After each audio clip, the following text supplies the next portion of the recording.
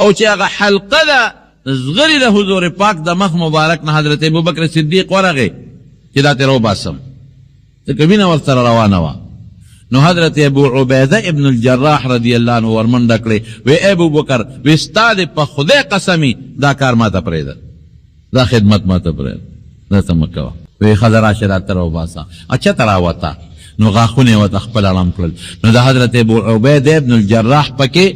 غاښونه مات شو غاښونه پکې مات شو هغه یې راوویسته ښځې خبر شو په مدینه کې بوډاګان خبر شو چې دغسې څه حضور پاک شهید شو اواز خو دغه اطلاع ورسېدله پراپیګنډه وشوه بس زنانه رامنډه حضرت ام سلیم رضی الله تعالی عنها حضرت عائشه صدیقه رضی الله تعالی عنها حضرت فاطمه رضی الله تعالی عنها حضرت صفیه رضی الله تعالی عنها دا بیبیانې را په منډه شوې حضرت عائشه صدیقی به مشکونه د اوبو ډکول او په منډه منډه به اوبه راوړی او زخمیانو له به خوله کې اچول منډه به یې وایي دغه زمانه کې د مکې چې کوم سردار و ابو سفیان نوم وروستو مسلمان شوی دی ډېر زیات پریشان و هغه د بدر نه پس قسم وخوړو چونکې خو تجارتي قافلې سالارو جنگ کې شریک شوی نو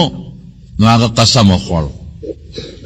وی تر څو چې ما د مسلمانانو نه دا بدل نه اغشتې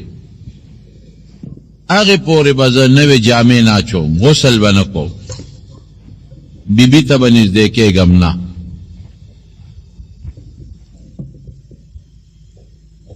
او بل دا و چې زنانو به دې سړو ته د کافرانو سردارانو او خاوندانو ته پیغورونه اچول بے خوندو تاسو زر کسان به مسلمانان 314 اغي سره وصله نه او تاسو ټول مسلح و او بیم دنه او یونی ولا او یا در کې مردار کړه او تختې ده دا پیغورونه به ورکو تاسو بنگړي باچولیو کړ تاسو غسړی نه خزو به هر خاون له پیغور ورکاو ته څنګه ډوډۍ خوري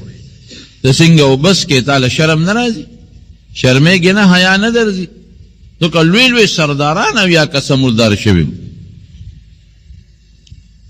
او چې کم د دې نه پس ابو جهل نه پس سردار شو هغه ابو سفیان دی هغه قسم کړی دی چې زه به تر هغې پورې جامه نه وې ناچوم لام بم بنا سر کې به ګومنځم نه وه تر څو چې ما بدل نه غشت نو یو میټینګ یې وکړ خپل منځ کې بل دا دی چې مسلمان سره جنګ وشو نو د دوی ټول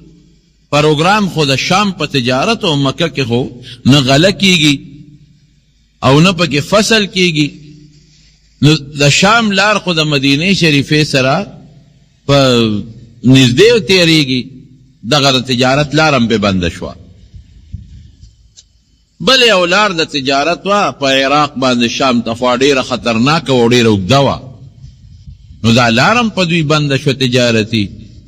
د ښځو پیغورونه هم دي لوی کافر هم ته سرداران هم مړه شو یو میټینګ یې وکړو میټینګ کې تجویزونه راتلل چې دوه خبرې دي یا خو به زو د خپل بدل باخلو او یا به ځان ختمو او یا به مسلمانانو سره جوړه کوو ځکه زمونږ د تجارت لار زمونږ اوس بنده ده دا موجوده غلبه څو ورځې پس ختمه شي څه به کوو یا به جوړه کو په جوړه کې زمونږ بېعزتي را خو خپله بېعزتي به برداشت کو او یا به خپل بدل او انتقام لو جنگ به کوو نو عرب خو وي غیرتیان وی نه جوړه خو نه کوو دې کې خو زمونږ بېعزتي ده چې او یې رانه مړم کړل او یې رانه بوم تلل او د هغې پیسې یې رانه واخېستې او بیا به هم جوړه کوو بس دا دویمه خبره به کوو چې جنگ کوو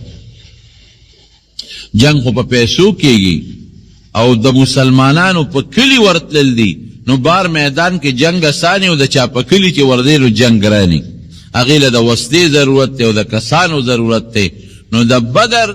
چې کومه قافله وه د تجارت چې د کمې د وجې نه تاسو ته ما ویلو جنگ شوی و د هغې قافلې چې څومره ګټه وه وی دا نه تقسیمو دا ګټه به مونږ په جنګ ولګو په دې به ځان له جنګي سامان والو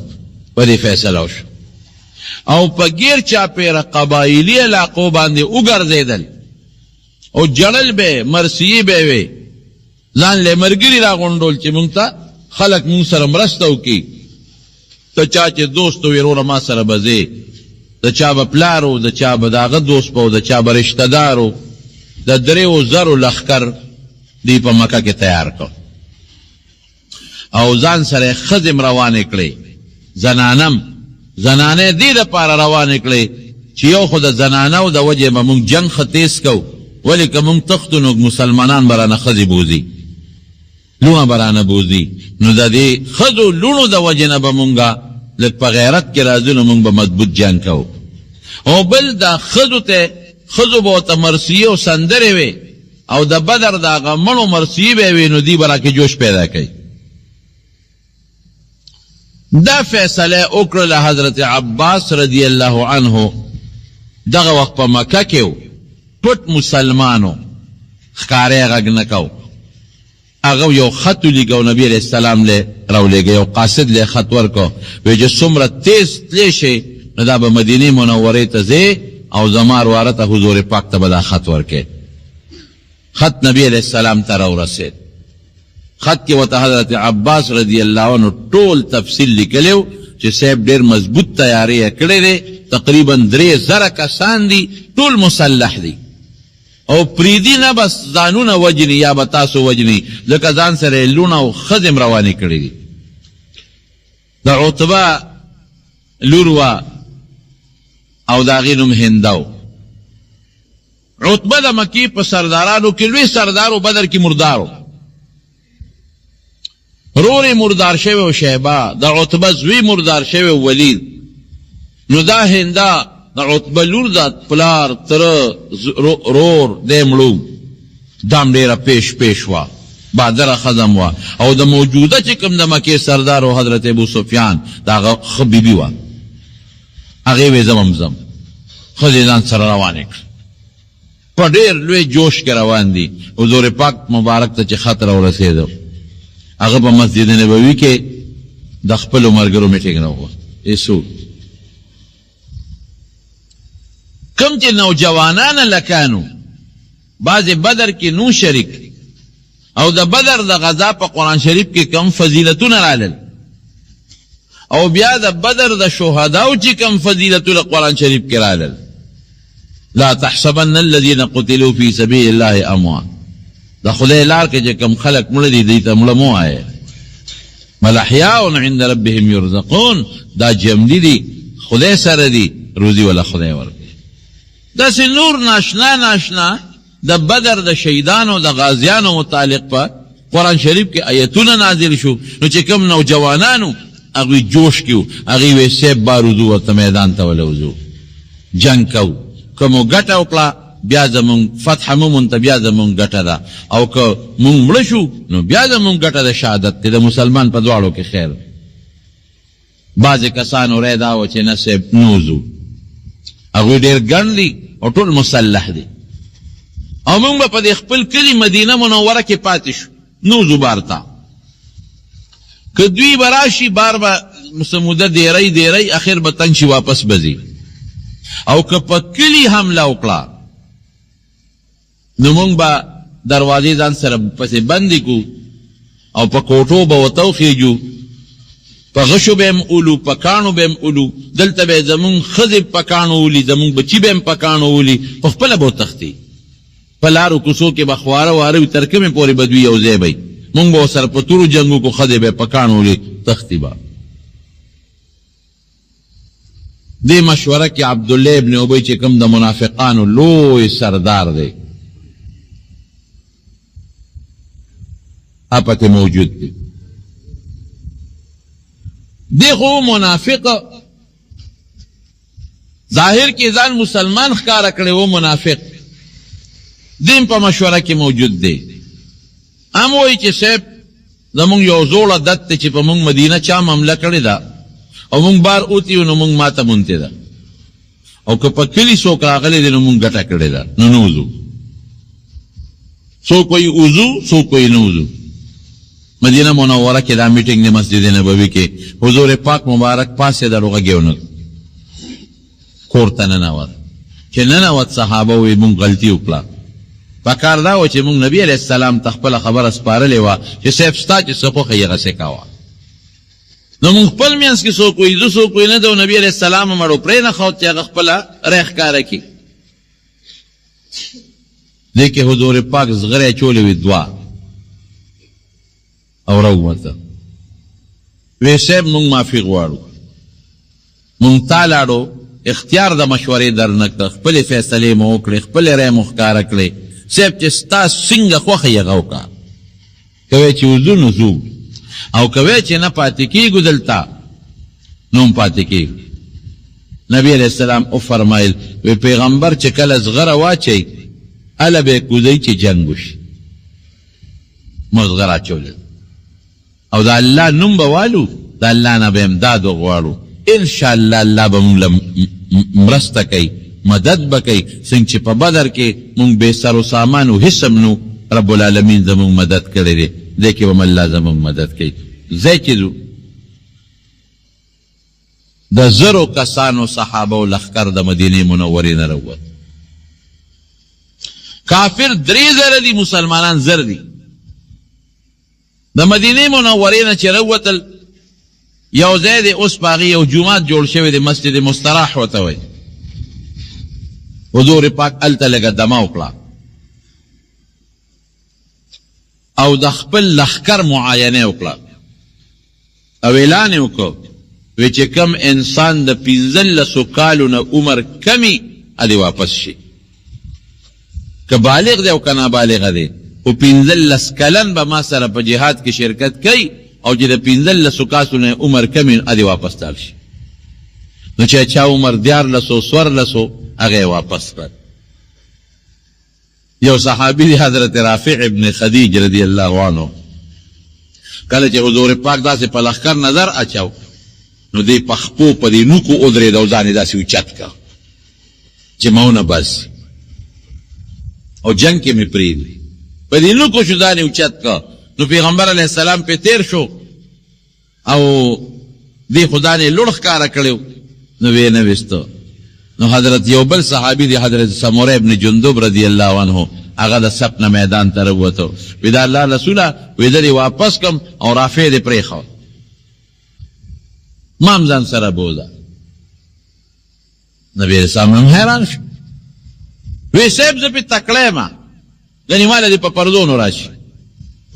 که زه یې راوپرزولم بیا دې دې زه به نه ځم، او که ما راوپرزو نو چې دې بوځې بیا ما ولې نه بوځې. نو حضور پاک د خوش طبیعتۍ د وجې نه دواړو ته ویره میدان ته شئ په پرزونو ورشه. چې دواړه سره په پرزونو شو نو دا سموره ابن جندب لګي شو، هغه رافع یې راوپرزو. وی وګوره صاحب راو مې پرزو چې دله دې اجازت ورکړه ماله به مې اجازت راکړې. وی ښه ده ته هم پکې راځه. دومره شوق و په هلکانو کې، 14 کلنه هلکانو کې دومره شوق و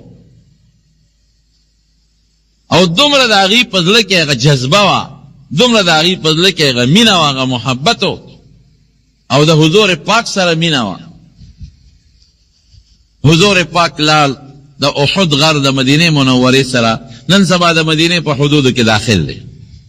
هغه زمانه کې د مدینې شریفې نه 3-4 کیلومتره بعد، اوس خو بلکل مخامخ دی، اوږد غټ غر دی، مشرقي او مغربي جانب کې تقریبا 4 میله اوږد دی، په شمالي جنوبي کې هم غټ دی او په مشرقي مغربي جانب کې 4 کیلومتر اوږد غر دی. کافران راغلي د دې غر په خوا کې پراته وو، دا له خیمې خښې کړې وې او چې کوم اعلا د اوبو ځای نه و هغه هغوی نیولي مخکې نه راغلي. نبی علیه السلام چې څنګه احد ته ورسېده، د احد دې غر ته، نو نبی علیہ السلام مبارک د خپل لښکر ترتیب برابر کړ. بادشاہ د مسلمانانو یا جرنیل دی به خپل لښکر برابروي او هغې له به هدایات ورکوي. نو هغه محل وقوع داسې وه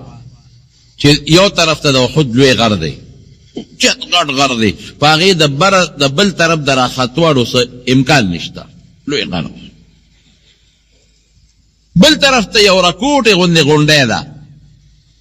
د هغه غونډۍ په خوا کې یو خوړ دی، اوس هم خوړ شته، پول پې تېر شوی دی، باراني اوبه پکې ځي. هغه زمانه کې هم پکې باراني اوبه تلې، اوس هم پکې باراني اوبه ځي. خو هغه وخت کې ډېر جور و. اوس هغه مره جور نه دی ځکه دا شګو مګو سره د بارانونو د سیلابونو سره ډک شوی دی.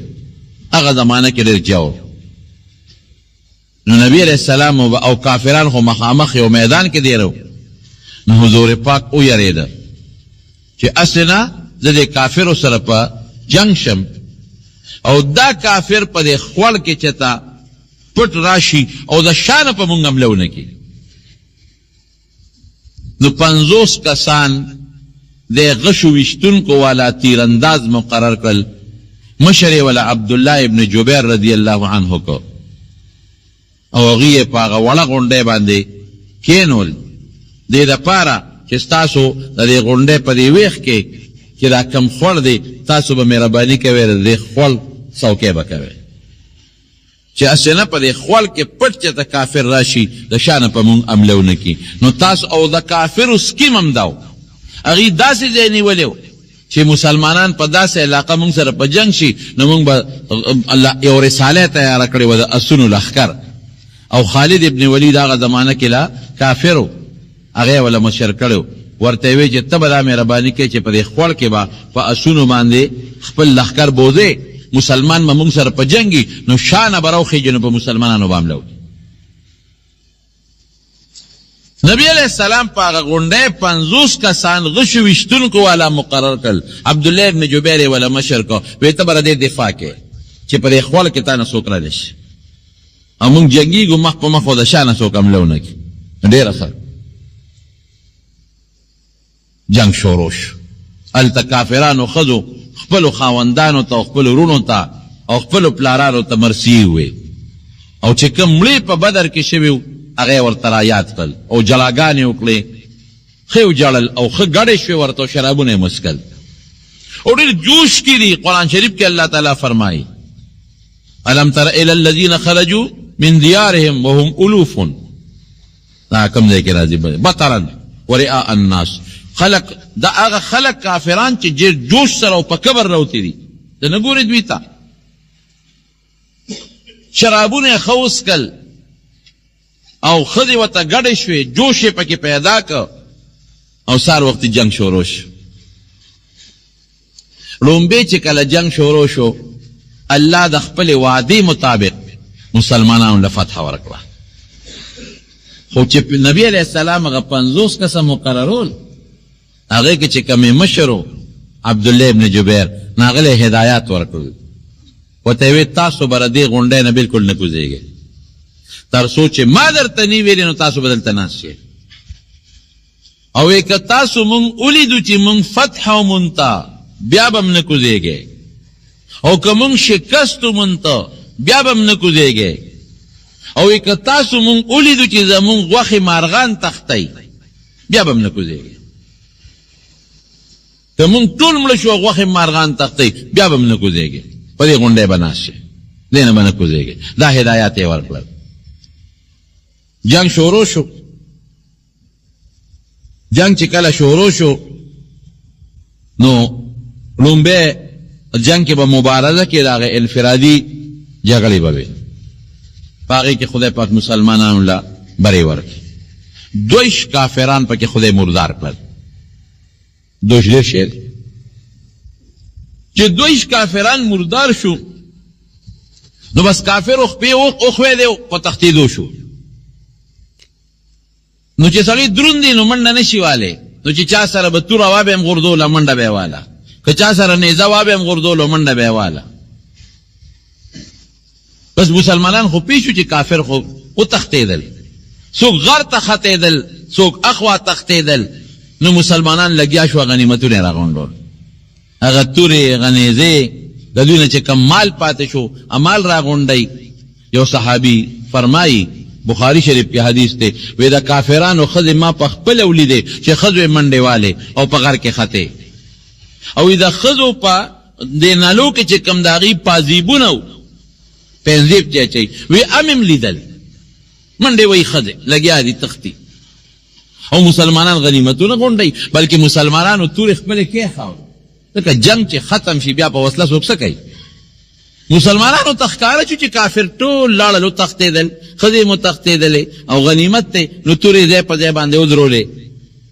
او نیزه خپل کې خو دی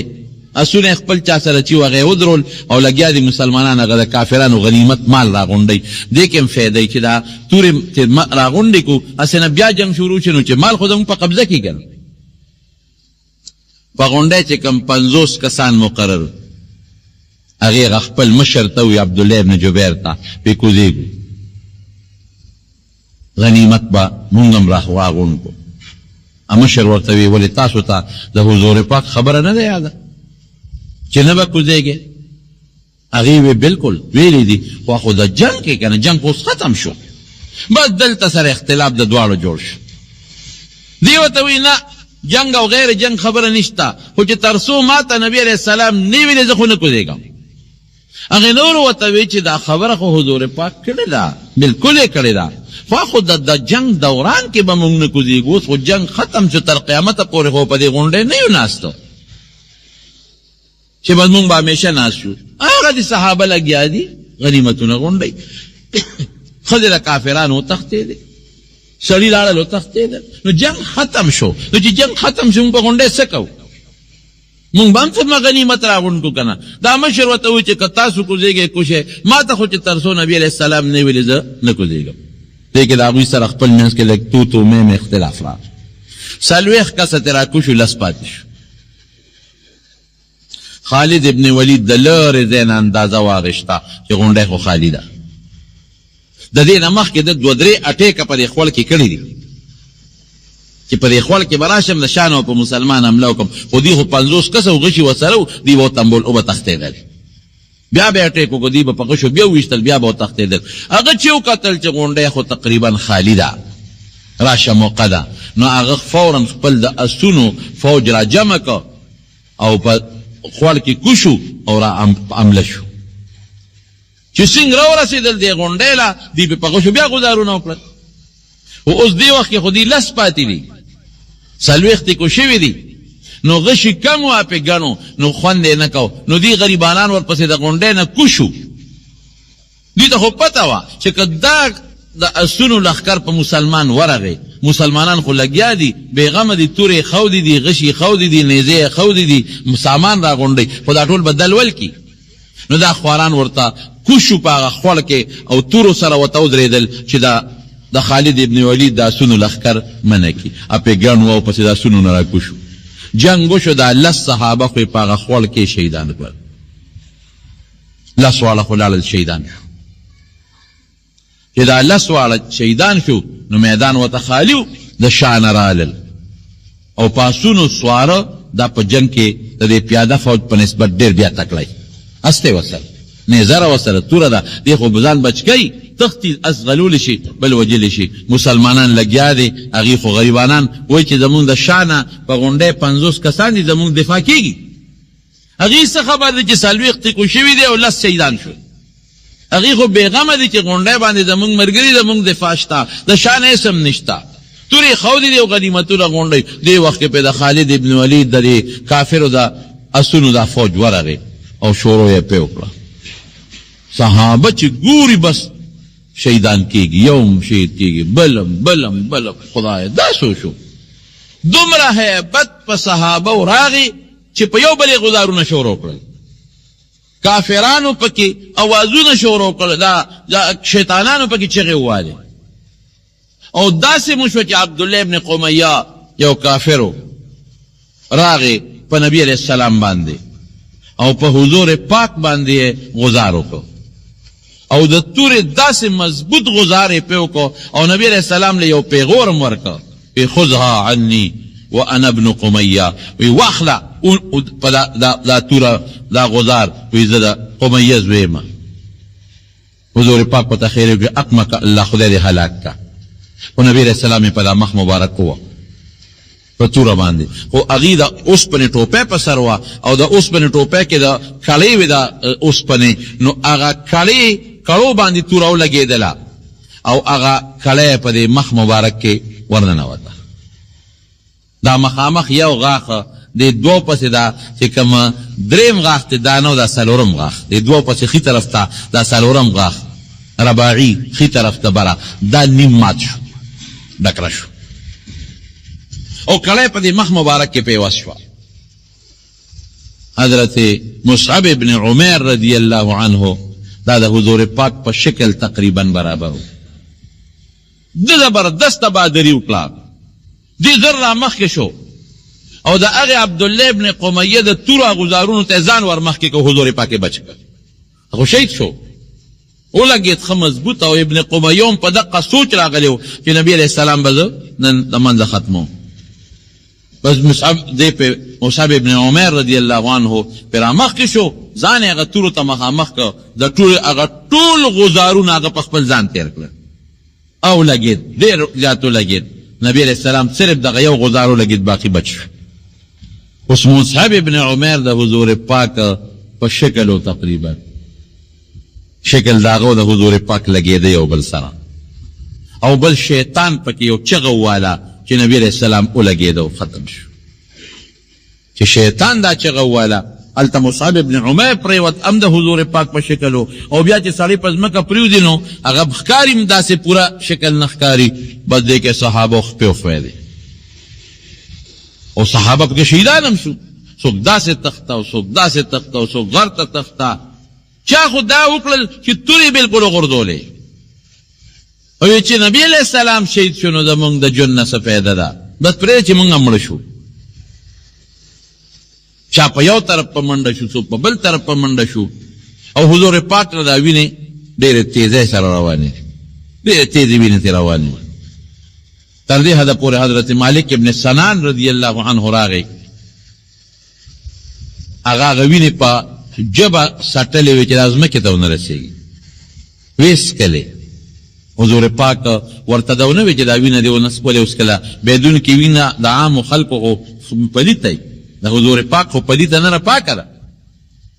او بیا نبی علیه السلام ورته فرمایل چې مالکه د جنت زیر یې ورکړه چې ستا وجود ته زما وینه لاړه، او کم وجود کې چې زما وینه شامله شي د جهنم اور پې حرام. حضور پاک یو صحابي ته وی چې ما اوچت کا، دومره وینه دې لاړه، دومره کمزوری شو چې د اوچتېدو طاقت یې بیا نو. یو صحابي ته وی ما اوچت کړی غر ته. نو حضرت طلحه رضی الله عنه هغه وله اوږه ورکړې ده او هغه غر ته یې بل اوچت کړی دی. اوچتېدو کې څه مقصد و؟ اوچتېدو کې دا مقصد نو چې د خلکو نه ځان بچ کړم، نه نه، غر ته خو چې وختې خو په غشي ته باندې او په نیزه خلکو ته هم مخامخ شوې. دوه مقصد یې یو مقصد یې دا و چې دا خلک به ما وویني چې دی جمدی دی راغونډ بشي، داسې خو خلکو وي نبي هم شهید شو، نو ما به وویني دی به راغونډ شي. او دویم دا چې زه به د خپل ملګري لږ صحیح کړم چې دا ملګري په کوم طرف لاړ. مشر له پکار هم دی چې جنګ کې خپلو ملګري وویني. نو چې څنګه اوچت شو او په هغې کې کېناست او خلکو ته یې چغې کړې یا عباد الله، ای د خدای بندګانو را جمع شئ. نو صحابه ولیده، صحابه بیا را جمع شو. چې ورو صحابه را جمع کېږي بیا جنگ شروع شو. دې کې ابو سفیان راغی. ابو سفیان د مکې د کافرو سردار مخامخ حضور پاک ته ودرېد. دا هغه وخت کې صحابه منتشر شوي دي او لږه ډله پاتې را او د کافر لا هجوم دی. نو لرې دی نه اواز وکړه فی القوم محمد صلی الله علیه وسلم، وی محمد پکې جمدی دی. نبی علیہ السلام صحابه ته جواب مو ورکړ، جواب چا ورنکړ، یاره وی دی خو مړه دی. افی القوم ابن ابي قحافه، په دې قوم کې ابو بکر جمدی رشتہ. حضور پاک په مور کوي جواب چې ورنکړ، وی دی مړه دی. وی افی القوم عمر بن حضرت عمر ټینګ نشو، هغه جذباتي دی. اے ابو سفیان د خدای دشمنه، لا چې تا د چا نومونه واغېستل دا خدای تعالی جمدي پرېښي دي، دا مړه نه دي. دی کې ابو سفیان یو ناره بلند کړه، اعلو هبل، لکه مونږ وایو فلان کې زنده باد، دا د هغوی یو ناره وه د زنده باد. هبل د هغوی یو بوتو، یو خدای یو بوت، په جنگ کې به یې د هغه نه امداد غوښته. اعلو هبل معنا دا چې هبل زنده باد. نبی علیہ السلام صحابو ته فرمایي وی جواب لکه د مړو هتک خو وی صاحب څه ورته وایي بیکاره کار دی. وی تاسو ووایئ د جمدو سره مقابله کوه نو د مړو هتک اعلی و دا ښه شی اجل نه دی. او اعلو هبل تاسو وی نو دا ما الله اړه اعلی نه و ورکړی چې د اجل مړو نه خدای تاسو د دې مړو نه مونږ دا پوزې پرې کړي دي صحابه وی خو ګورې جوش خپم سره، پې نه یم الله اعلی و اجل خپم ابو پې نه یم. سفیان بیا وی نور اړه لنا ما نه دی العزا ورکړی. او بیا وی عزا ولا عزا وی اليوم زمون عزا خدای شته په بدر عزا دا وی دا نن ورځ د بدر تاسو دا خدای بدر نشته مواجهه. فالحرب سجال جواب د بورقې مثال د بورقه د کوینه کله څوک الله مولانا کله به څوک ولا مولا لك وبدل مې د بدل خدای زمون مولا دی زمون دا خبره کارساز دی دی کې صحابه زمون بیا راځي امدادګر دی تاسو دغه دا امدادګر خبرې نشته. کېدلې صحابه راځي بیا ابو سفیان راجم شو بیا جم شو دوباره وی علی وی تاسو په چې جنگ مړو شروع کې شو مسلوینه نو بیا دا کافرو تاسو تاسو د بعضې مړو نه مونږ پوزې پرې شکست کړي د دي. کافرو شو د مسلمان مسلمان نه نه پرې دي شوي شوي دي شونډې پرې شوي بعضې دي. خلک وایي مسله به مسلمانانو ووینه. شکست وی دا ګورې ما نه دي نه، کړی. شکست دا دې ته اړرما نه نه دي ورکړی خپل فوج ته شکست چې څوک میدان پرېږدي هغې ته لکه د شکست مړو وایي. هتک خو چا چې غنیمت په لاس کې واخیست هغې ته ګټه وایي نو غنیمت مسلمان ګټلی دی میدان کافرو پرېښی دی تښتېدلی کافر دی نو فتح د مسلمان د کافر نه ده شوې خو صرف دومره ده چې مړي د مسلمان نه زیاتې شو د هغې هم ډېر مړی شو تقریبا 40 کسان یا 2 کسان د هغې مردار دي او یا کسان د مسلمانانو شهیدان شو مړي د مسلمان نه زیات شو بهادری صحابو پکې څونه ښکاره کړه او د حضور پاک سره د محبت او د مینې اظهار څومره شوی دی په دې جنگ کې چې هغه درته ووایم د نبی علیه السلام د مخ مبارک کې چې دا کومه کړی کم وخت کې ننوته نو باید صحابه پریشان شو ډېر زیات یو صحابي راغی حضور پاک ته د الله رسول خیر یې وته هغه هم خیر یې شروع کړه ویستل الله رسول خیره ورته وکړه دې خلکو ته صرف دومره خبره د خولې مبارکې نه وتله وی لن یفلح قوم شجوا نبیه وی هغه قوم به چرتم کامیاب نشي چې د خپل پیغمبر زخمی که دا امر الفاظ وی نو چې صحابه خیره وکړي جلدم صحابه نو حضور پاک ته وی خیره ورته وکړه وی ان الله لم یبعثني لعانا وی خدای زه خیره پخ نیم رالیږلی او په هغه وخت نبی علیه السلام دا دعا وکړه اللهم اهد قومي انهم لا يعلمون خدای زما دې قوم ته هدایت وکړي دا نه کوي که دوی پوهېدې نو په خپل پیغمبر به یې غذار کو پیغمبر خو دوی ته د جنت لاره ښیي د دوی خیر ښه کوي د دوزخ نه یې بچ کوي دوی به خپل پیغمبر باندې غذارونه کو نه دا پوهېدې نه پوهېږي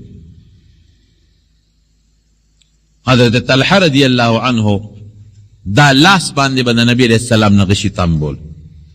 دا لاس به یې نیوه او په دې باندې به یې غشي را تنبول د یو لاس دا لاس یې شل شو ځکه د مړو هتک خو دا بیکاره کار دی د جمدو سره مقابله کوه نو د مړو هتک دا ښه شی نه دی نو دا ما اړر نه دی ورکړی چې د مړو نه ستاسو د مړو نه مونږ دا پوزې پرې کړي دي خو ګورې خپم پې نه یم خپم پې نه نور اړر ما نه دی ورکړی او بیا وی اليوم په بدرین وی دا نن ورځ د بدل مونږ واغېست فالحرب سجال او جنگ خو د بورقې مثال دی په بورقه د کوینه کله څوک اوبه راوباسي کله پې څوک اوبه راوباسي خو بدل مې د بدر واغېست چې دا خبره یې وکړه دی کې صحابه بیا راجم شو دا خبرې کېدلې صحابه راجمه شو چې راجمه شو بیا جنگ شروع شو دوباره چې جنگ شروع شو نو بیا دا کافرو تښتېدل شکست د کافرو شو د مسلمان نه دی شوی بعضې خلک وایي احد کې مسلمانانو شکست موندلی نه نه شکست دې ته نه وایي شکست چې څوک میدان پرېږدي هغې ته شکست وایي چا چې غنیمت په لاس کې واخیست هغې ته ګټه وایي نو غنیمت مسلمان ګټلی دی میدان کافرو پرېښی دی تښتېدلی کافر دی نو فتح د مسلمان د کافر نه ده شوې خو صرف دومره ده چې مړي د مسلمان نه زیاتې شو د هغې هم ډېر مړی شو تقریبا 40 کسان یا 2 کسان د هغې مردار دي او یا کسان د مسلمانانو شهیدان شو مړي د مسلمان نه زیات شو بهادری صحابو پکې څونه ښکاره کړه او د حضور پاک سره د محبت او د مینې اظهار څومره شوی دی په دې جنگ کې چې هغه درته ووایم د د نبی علیہ السلام د مخ مبارک کې چې دا کومه کړی کم وخت کې ننوته نو باید صحابه پریشان شو ډېر زیات. یو صحابي راغی حضور پاک ته د الله رسول خیر یې وته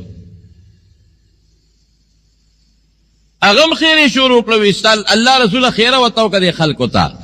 صرف دومره خبره د خولې مبارکې نه وتله وی لن یفلح قوم شجوا نبیه وی هغه قوم به چرتم کامیاب نشي چې د خپل پیغمبر زخمی که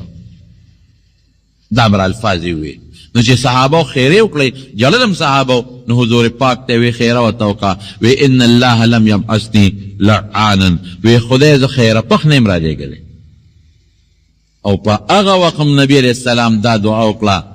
اللهم اهد قومي انهم لا يعلمون خدای زما دې قوم ته هدایت وکړي دا نه پوهېږي که دوی پوهېدی نو په خپل پیغمبر به یې غوزار کو پیغمبر خو دوی ته د جنت لاره ښیي د دوی خیر ښه کوي د دوزخ نه یې بچ کوي دوی به خپل پیغمبر باندې گزارونه کو نه دا پوهېدي نه پوهېږي. حضرت طلحه رضی الله عنه دا لاس باندې به د نبی علیہ السلام نه غشي تنبول دا لاس به یې نیوه او په دې باندې به یې غشي را تنبول د یو لاس دا لاس یې شل شو او چې هغه حلقه ده زغری د حضور پاک د مخ مبارک نه حضرت ابوبکر صدیق ورغی چې دا ترې وباسم ځکه وینه ورسره روانه وه نو حضرت ابو عبیده ابن الجراح رضی الله عنه ورمنډه کړې وی ابوبکر وی ستا د په خدای قسمي دا کار ماته پرېږده دا خدمت ماته پرېږده دا ته مه کوه وی ښځه راشه دا ته راوباسه چېرته راوته نو غاښونه یې ورته خپل ړم کړل نو د حضرت ابو عبیده ابن الجراح پکې غاښونه مات شو غاښونه یې پکې مات شو هغه یې راوویسته ښځې خبر شو په مدینه کې بوډاګان خبر شو چې دغسې څه حضور پاک شهید شو اواز خو دغه اطلاع ورسېدله پراپیګنډه وشوه بس زنانه رامنډه کړه حضرت ام سلیم رضی الله تعالی عنها حضرت عائشه صدیقه رضی الله تعالی عنها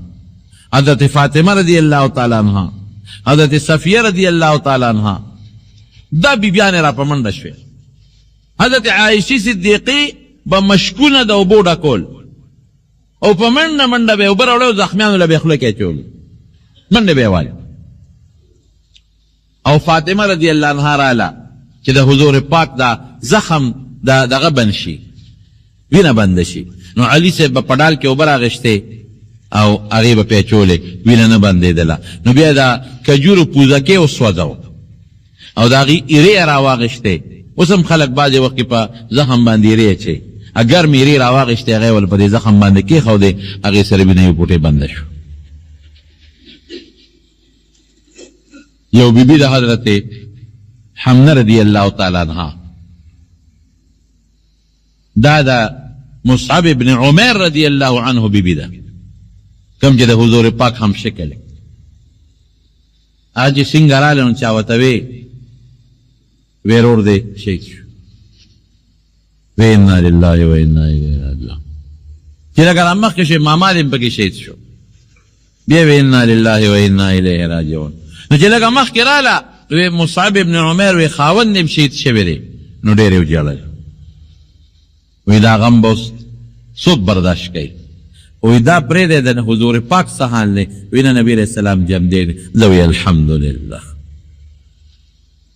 یو بله بیبي د کلثوم بنت رافع د هغې عجیبه داستان دی چې څنګه راله چې هغې خاوند دی شهید شو وی الحمدلله چې مخکې راله ورور دی شهید شو وی الحمدلله او وی د حضور پاک سال دی وی نه هغه جمدی دی. بل سړی ونه مخې ته راغی وی پلار دې شهید شوی دی وی د حضور پاک سال دی وی جمدی دی. بل وله مخې ته راغی وی زوی دې شهید شو وی د نبی علیه السلام څه حال دی وی جمدی دی. خاوند پلار زوی رور خاوند پلار زوی رور دا څلور کسانې شهیدان وی نبی علیه السلام راته وښایه نو حضور پاک د احد د غر غاړه کې هلته مخامخ ورله ودرېده وی د الله رسوله چې ته مې جمدي ولیدې غمونه مې ټول ختم شو. بیبیانو کې دومره مینه دا مصعب ابن عمر رضی الله عنه او یو ورسره بل یو صحابي دی عبدالله ابن جحش، یو ورسره بل صحابي دی حضرت حمزه رضی الله عنهم. دا درې واړه صحابه یو دی دفن دي. څه نور شهدا هم پکې شته، خو یو لویه چاردیواري ده، په هغه چاردیوارۍ کې دننه دا درې واړه صحابه دفن دي. حضرت ابو طلحه وایي وی عبدالله ابن جحش ما ته د شپې نه وایي چې ابو طلحه راځه یو دعا تو که زه به په یمین ویم، یو به زه وکړم ته په یمین ویم. وی ما وی چې ښه. نو وی ما چې ښه د مخکې دعا کوم، وی وایه. وی ما لاس اوچت کړ، ما چې خدایه سبا مې د یو مضبوط کافر سره مقابله راول چې ما هغه وی په توره هزار هغه وم یو بل ښه ستړي کړو او بیا پې زه زورور شم او وی وهم او مردار شي. نو دی عبدالله ابن جحش وی آمین. بیا ما ته وی چې ښه ما دعا مو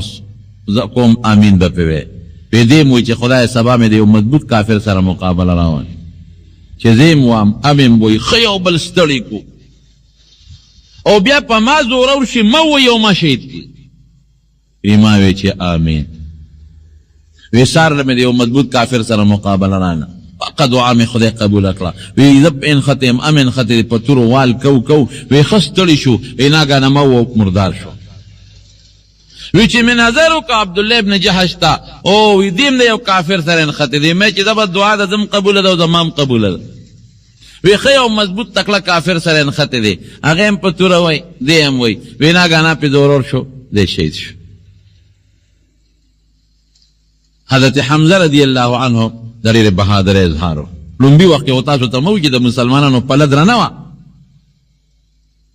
د دنیا کافر یې مردار کړل. نو د عتبه د علور د ابو سفیان ښځه هنده د هغې یو غلام وحشي نوم و، وحشي ابن حرب، هغه سره یې خبره کړې وه. وی که تا زما د پلار بدل واغېسته او حمزه دې شهید که، ځکه حضرت حمزه د دې پلار د حضرت حمزه رضی الله عنه په لاس په بدر کې مردار شوی، حمزه دې شهید که، نو تا به زه په څه طریقه ازادو. وحشي وی په خپله رضی الله عنه وروسته مسلمان دی. وی ما سره یو وړه نیزګۍ وه، حربه وته په عربۍ کې. وی د په احد کې د یو غټ کاڼي شاته پټ ناست وم. وی مې چې که حضرت حمزه په دې تېرېده زه به په دې غزار کوم، مخامخ خو هغه له څوک نه شو ورتلی. وی ناګانه دې زما خواله راغی. وی چې راغی بس هغه نیزګۍ مې ونیوه او غزار مې پې وکړو، ورو مې ویشته. بعضې خلکو په جنګ کې په غشو ویشتل کول، بعضې په دې نیزګۍ ویشتل کول. وی مې ورو ویشته. وی بس داسې رسا په دې نوم ولګېده، په دې نوم باندې چې دا نیزه تې شاته ووته، دومره تېره و. وی ما پسې ګواښ وکړه خو بس را پرېوت، په هغې کې شهید شو. بیا هنده راغلی ده، دی خو یې د پلار قاتل و حضرت حمزه، ولې ظلم یې ورسره کړی. په تاریخ کې دومره ظلم به چرته هم چا سره نه کړی لکه حضرت حمزه رضی الله عنه سره چې وشو. یې ترې پوزه پرې کړه، شونډې یې ترې پرې کړې وې، غوږونه یې ترې پرې کړل، سترګې یې ترې وویستې او دا سینه یې وله وشلوله، زړه یې ترې راوویست، په هغې یې چکونه ولګول، اینه یې ترې راوویسته، په هغې یې چکونه ولګول او دا اندامونه یې په پولې کې واچول، امیل یې ترې جوړ کړه د اندامونو نه او هغې غاړه کې واچول او ګډېده به. حضرت صفیه رضی الله تعالی عنها چې د حضور پاک ترور ده، د حضرت حمزه خور ده، امراله حضرت زبیر ته حضور پاک وفرمایلو زبیر ورشه مور دې منې که چې دا خو ښځه ده، د ښځې زړه خو ډېر کمزوري، نو که دا خپل رور په دې حالت کې ولیده نو څه چل پې ونه شي. دا ډېره بهادره ښځه، ورشه مور دې منې که. حضرت زبیر ورغې او مور ته ودرېده، وی مور یې ودرېږه. هغه خود زبیر هم مضبوط تکړه سړی و، مور وله داسې په دې سینه کې غزار ورکړه چې دا زوی هغې غاړه وغورځاو. حضرت زبیر وله آواز ورکړه، وی مور نبی علیه السلام وی چې مور دې منع که، دقسې ودرېده، یا په ځان نه پوهېده یا دغسې ودرېده. وی بچې ورشه ورواره ته مې ووایه چې ما ته پته ده چې زما رور سره څه شوي دي، زه خبر یم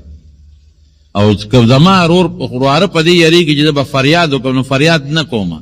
صرف ضرور دا لاش لګینم یو دوه خبرې ورسره کوم وی خو درې تپوس کوم وی خو د الله رسوله مور خو مې داسې وی وی ښځه پرېږده چې دا راغله حضرت حمزه رضی الله عنه ته وکتل داسې مخامخ سینه شلېدلې وه پکې زړه نشته پکې اینه نشته پوزه سترګې غوږونه روزې شونډې دا نشته او د مخامخ ودرېدله وی خلک بو چې نن به صفیه د غم نه مړه شي او نن به ډېر فریاد وکړي رورې تاله زه مبارکباد له راغلی مبارکي در کوم چې د الله په لار کې تا د خپل وجود اندامونه ټوکړي ټوکړي قربان کړل د دې قربانۍ مبارکباد در لره او بیا حضور پاک په هغې ډېر زیات خفه و د حضرت حمزه په دې مظلومیت چې دا ظلم ورسره شوی پیغله مې غواړي چې حمزه خخ نه کم په دې میدان یې پرېږدم چې دا غوښې د مارغان او د حیوانات وخوري چې د قیامت پر ورځ خلق د قبرونو نه پاسي او زما دا تره د مارغانو د حیواناتو د دغه غوښې د هغې د ججورو نه راوځي او دې ته خدای جوړ کړي خو که په دې میدان یې پرېږدم بیا به خلک خپل مړي نه ښخوي ځکه یې ښخوم صحابو د ډېرې لوی بهادرۍ اظهار کړی دی د ډېرې لوی بهادرۍ مسلمانان مدینې منورې نه تلل نو زر کسانو او کافر چې کوم د مکې نه راغلي و 3000 کافر ټول مسلح وسله ورسره زیاته وه ما تېره جمعه درته ویلي و چې د ابو سفیان د تجارتي قافلې څومره ګټه وه هغې ټوله د جنګ ته ایستې وه مسلمانانو سره صرف 2 اسونه و یو اس یو صحابي سره او بل اس د نبی کریم صلی الله علیه وسلم سره مدینه شریفې نه 1000 کسان اوتل احد ته چې نږدې شو نو عبدالله ابن ابی چې کوم د منافقانو سردار دی په ژبه خو د اسلام کول په ژبه ځان د نبی علیه السلام ملګري حسابو او د زړه نه کافرو ام ورسره ووته ځکه ظاهر کې خو به ځان ته مسلمان وی چې احد ته نږدې شو نو عبدالله ابن ابی وی چې زه خو د جنګ کې شرکت نه کوم زه خو واپس ځم نو 300 منافقین ورسره واپس شو وی زما مشوره چا ونه منله ما وی چې جنگ لبار نوزو دی مدینه کې پاتې کېږو د مکې دا کافر به یا تنگ شي واپس به ځي که په کلي راوختل نو بیا به ورسره زمونږ بچیم جنګو کې په کاڼو به یې ولي او زمونږ ښځې به هم په کاڼو ولي نو زما رایې چا ونه منله لهذا د ځان نه وجلم نو د 300 منافقینو سره عبدالله ابن ابی واپس شو 200 مسلمانان پاتې شو په دې 200 کې یو 2 قوم یو ته بنو حارثه وی یو ته بنو سلمه وی اغیم چې د عبدالله ابن ابی دا 300 واپس کېدل او دې ته وکتل لږې غوندې د اغیم زړه کې میلان پیدا شو چې مونږ هم ځو خو الله زړونه کلک کړل بعضې مسلمانانو ورته ووې چې تاسو څه کوئ هغې خو قضیه خو منافقان دي مونږ ته پته ده چې د زړه نه هغوی نبي علیه السلام نه دی منلی صرف په خولې اسلام کوي او تاسو خو مسلمانان یې اذ همت طائفتان منکم قرآن شریف کې الله فرمائی ان تفشلا والله ولیهما وعلى الله فلیتوکل المتوکلون الله وی تاسو کې 2 ډلې وې منکم چې هغه مسلمانان منافقان نو اغیم لګي خپې وخوی دی دا خو 3000 لښکر دی او مونږ خو ډېر لږ یو لیکن الله وی والله ولیهما دا هغه منافقانو سره د خدای مدد نو هغه لړل مدینې ته واپس دې 2 ډلو سره د خدای مدد نو دی واپس شو مسلمانانو وی تاسو ولې دی وی دا بس نه ځو دی واپس شو او الله وی وعلى الله فلیتوکل المتوکلون چې کم کسان مسلمانانی د زړه نه هغې له پکار دی چې په الله بروسه کوي نو 200 مسلمانان دي او 3,000 کافران دي او 13 جمعه مې د جنگ تفصیل درته و چې ښه مضبوط جنگ وشو او ظاهر کې خدای مسلمانانو له ګټه ورکړه. او چې هغه کم په غونډې نبی علیہ السلام کسان کېنولي 50 کسان هغې لږ اختلاف شروع کو د هغې د وجې نه بیا د مسلمانانو باندې د کافرانو حمله وشوه د خالد ابن ولید ناګهاني نو یا کسان صحابه پکې شهیدان شو. الله لومبه مدد دا د مسلمان کړی دی. لومبه کامیابی خدای مسلمان له ورکړه. په دې مدینه منوره کې یو سړی و ابو عامر به ورته وي د خولې نه ډېر پوست او ډېر زیات عبادت ګزار نو خلکو په ابو عامر راهب مشهور کړو چې ډېر عبادت کوي. نو چې حضور پاک مدینه شریفې ته راغی نو دې ټینګېدی نه شو نو لاړ د مدینې نه مدینې ته وتښتېد. وی د مسلمانانو دا زور نشم لیدی. نو هلته به د مکې خلک د مسلمانانو خلاف روچتول. نو په احد کې دی راغی جنگ غزوه احد کې نو د کافرو ته وی ودرېږه زه در یو چل کوم زه ور مخکې کېږم نو په دې انصارو کې اوس زما قبیله ده زما قوم دی او زما ډېر لوی قدر به کو عزت پې کو هغوی له زه اعلان ورکوم نو د نبي علیه السلام نه به دوی دله جدا کوم دا خپل قوم ته دله جدا کوم لږ به درته پاتې شي. هغې وی ډېره ښه ده. نو چې دې څنګه راغی او میدان کې ودرېد اواز یې وکړ خپل قوم ته وی ای زما قومه د مدینې اوس ما پیژنې زه ابو عامر یم تاسو چې راته راهب وایې او لویه ډله مې د مکې نه راوستې ده او چې زما څوک ملګري وي زما د قوم وي زما سره تعلق وي هغه دې مهرباني وکړي د جنګ نه دې لاس وباسي او ودیځي. زه ابو عامر یم. هغې ورته وي او موږ دې پیژنو ته ابو عامر راهب نه ابو عامر فاسق یې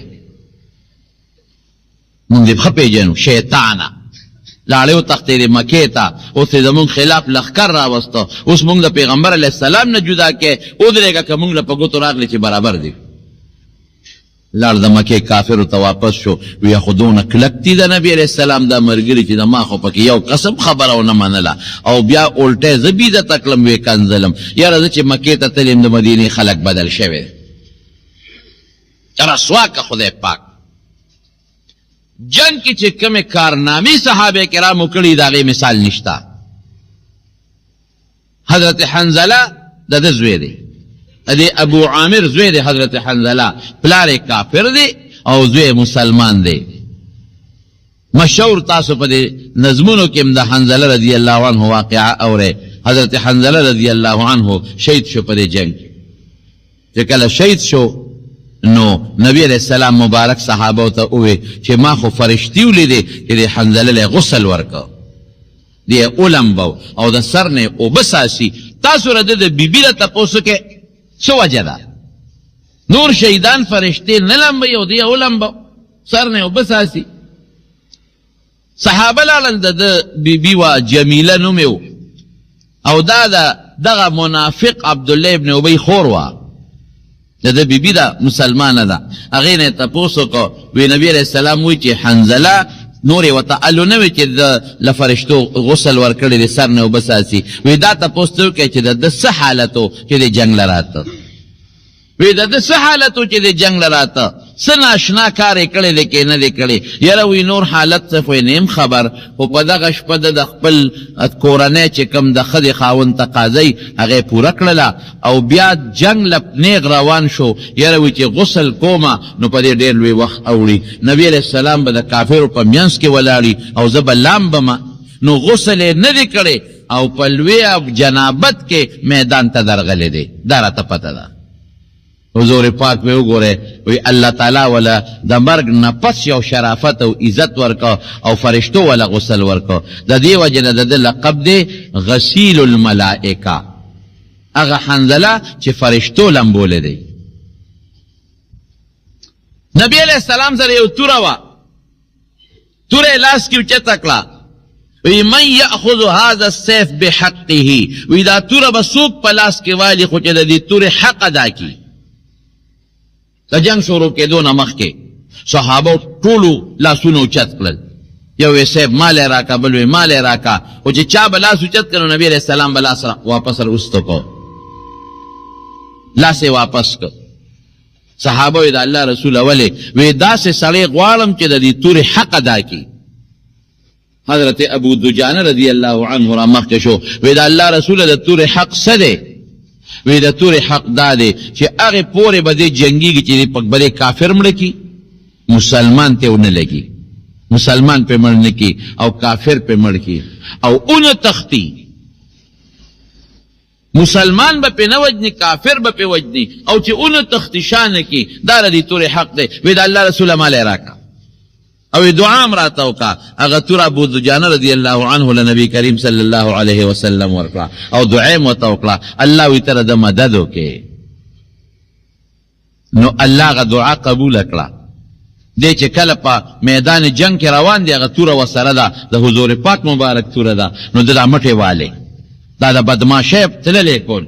دا لا سونے والو خپی نزدی نزدے کے خو دے او سیناو دا سٹی اچت کریو نبی علیہ السلام چه وطو قتل مسکے شو وی دا چال دا خدای ریر بدی شی دا کبر چال دے دا کبر چال دا خدای ریر بدی شی خو پا دی موقع دا خدای خواخ دے پا دی موقع کسوک دا سے چال کئی ولی کافر باندے خپل رو بچے او کافر تخپل طاقت خی نو پا دی موقع دا چال جائز دے او دا دی موقع نا بغیر دا کبر دل دا خدای ریر بدی شی لالا و غطور لاس کے واغشتا دا دنیا کافران پی مردار کلل لیکن شیر نکلا کافر ہوتا مخ پا مخ او جنگے دو خدای والا شہادت ورکو حضرت عمر ابن الجموح رضی اللہ تعالی عنہ یو بل صحابی دے پخپا گوڑ دے گوڑ بچو توی زمزم جہاد لا بچیو تی بابا تو پخپا گوڑے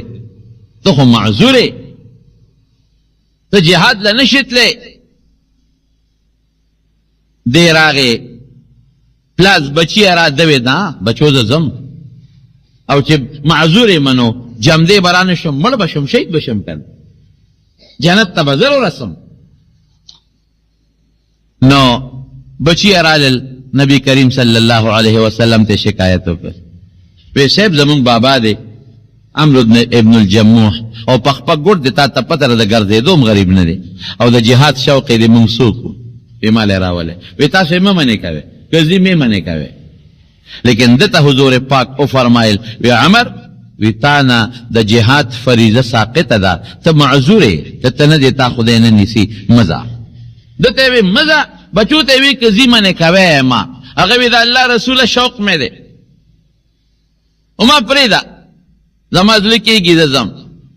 نبی کریم صلی اللہ علیہ وسلم متے ڈیرہ خدا خدای خو معذور کرے کہ نزے تا باندی گناہ نشتا خو کزے نو ضرط ہے مذر اختا خوا خدا وی زم دیراغ میدان جنگ کے او میدان جنگ کے چکل جنگے دا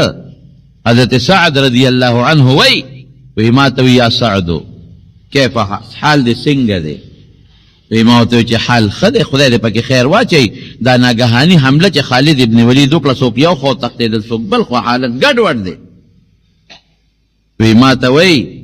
چی سعدا انی لأجدو ریح الجنت دون احد زما دے قسم پا خدایوی کہ دا احد پا خوا کے دا جنت خوشبوئی محسوسو دا جنت خوشبوئی دا احد پا دے خوا کے محسوسو خوشبوئی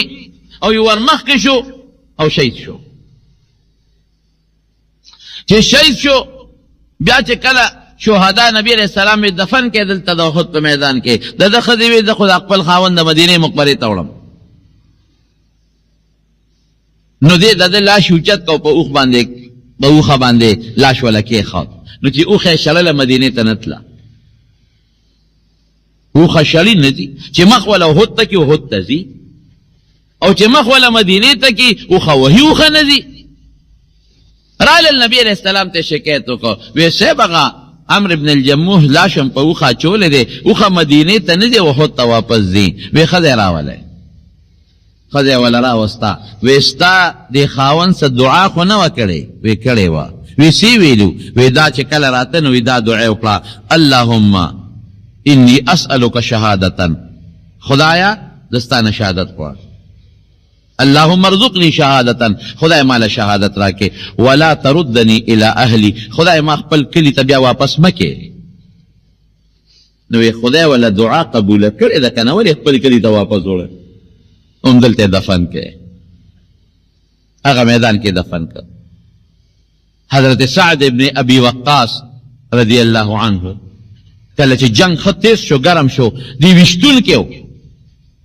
د غشي د لیندې د ویشتون کې ډېر د ویشتو ډېر انتهایی مهارت یې لره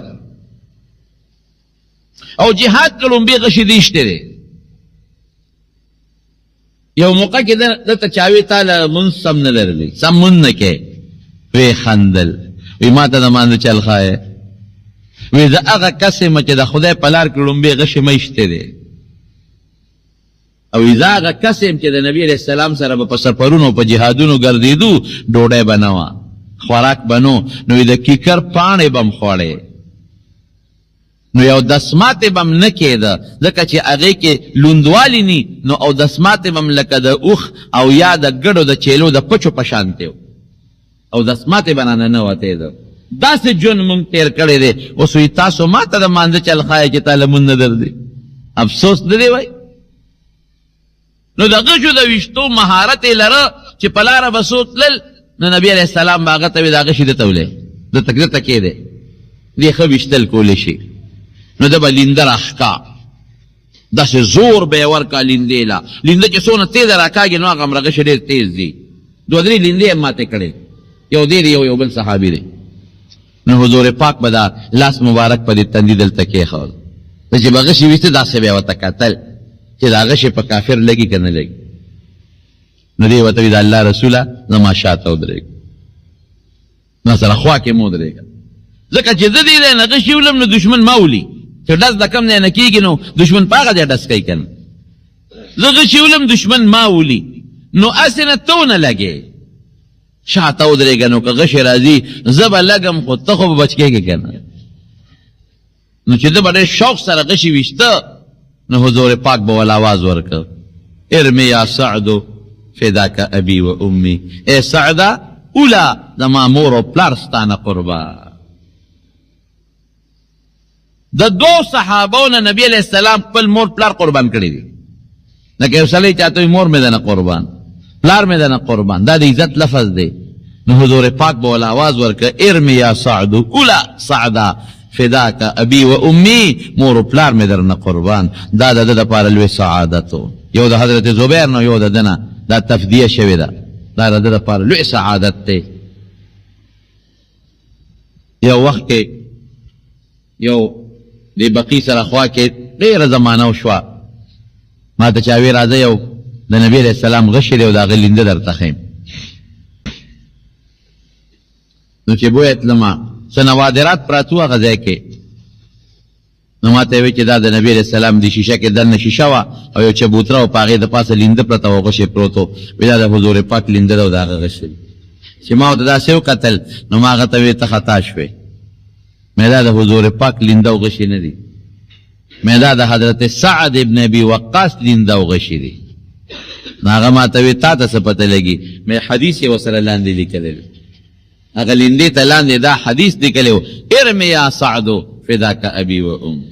اوله سعده مور و پلار مې درنه قربان مې دا حدیث یې لیکلی دی معلومیږي دا چې دا هماغه د حضرت سعد ابن ابي وقاص لینده ده او د هغه غشی مضبوط قربانه صحابه ورکړي حضرت مصعب ابن عمر ما تیره جمعه درته ویلي چې کوم د حضور پاک هم شکلو او د پیغمبر علیه السلام دفاع یې کوله په هغې کې شهید شو چې شهید شو دا هغه صحابي دی چې په مکه کې د ده کوم ژوند و په مکه کې نو ده به د 200 درهمو جوړه ساره چوله او یو به بېګاله چول دونه قیمتي جامې به چول د زرګاو روپو جامې به چولې او چې یو جوړه به یو ځل واغوستله دوباره به یې هغه نه چوله بله به یې چوله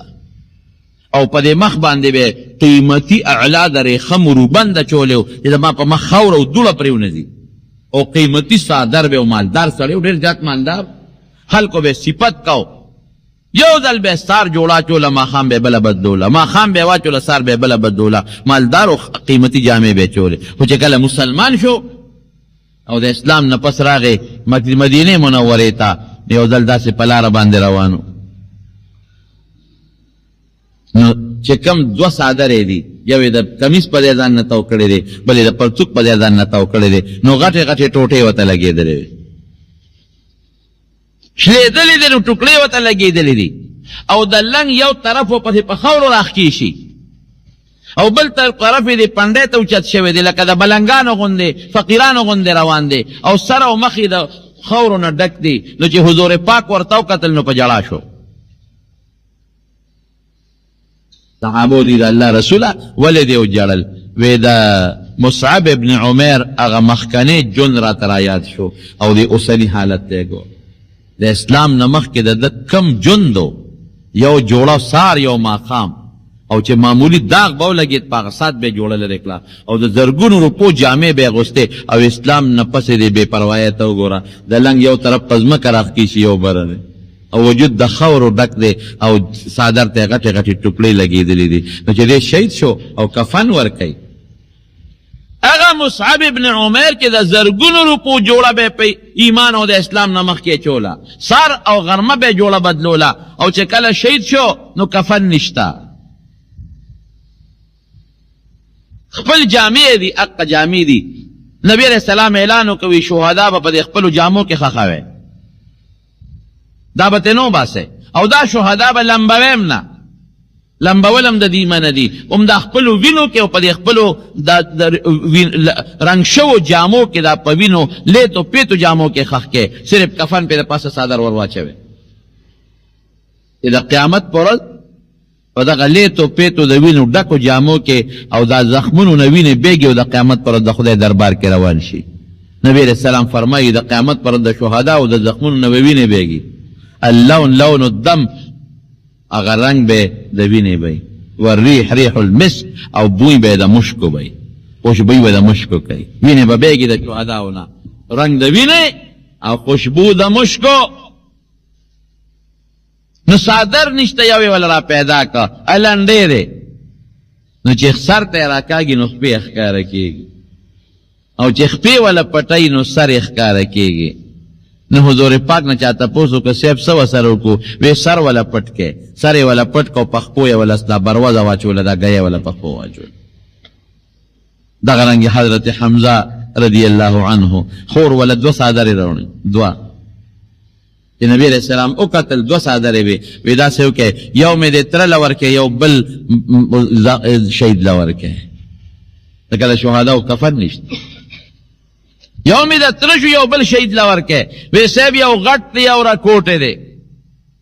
نو ګوره دا څادرونه خو یې د ترو نو په کار و چې هغه غټ د تره له ورچوک ورکړې وی راکوټی د بل حضور پاک څه وی انصاف و پکې وی قراندازي پې واچوي چې د ده کم رسې به د ده شي او چې د ده کم نه رسې به د بل شي نو چې قراندازي پې واچول هغه لنډې د ده ورسې د غټ د بل چا ورسې چې سر به یې وله پټو نو د ده به خپې ښکاره کېدې او چې خپې به یې پټولې نو سر به یې ښکاره کېده وی څه ورسره وکړو د الله رسوله وی سر وله پټ کې پخپو وله ګیا واچوې